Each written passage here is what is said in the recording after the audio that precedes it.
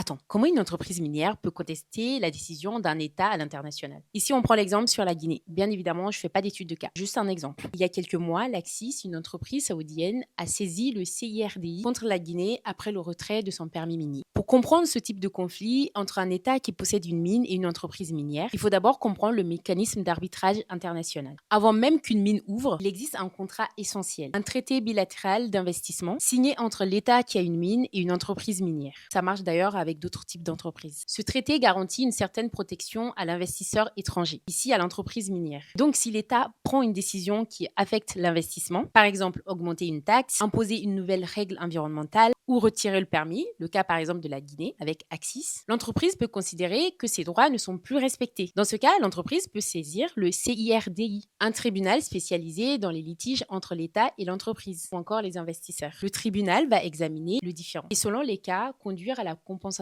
financière ou encore à un accord amiable. Le rôle du tribunal est simplement de vérifier si les règles sont respectées. Et on parle des règles du début. Et ça, par exemple, par rapport à un pays, et généralement c'est le cas des pays africains, ça change rien si c'était le gouvernement d'avant. C'est toujours d'actualité puisque ça a été signé entre l'État et l'entreprise, donc les investisseurs.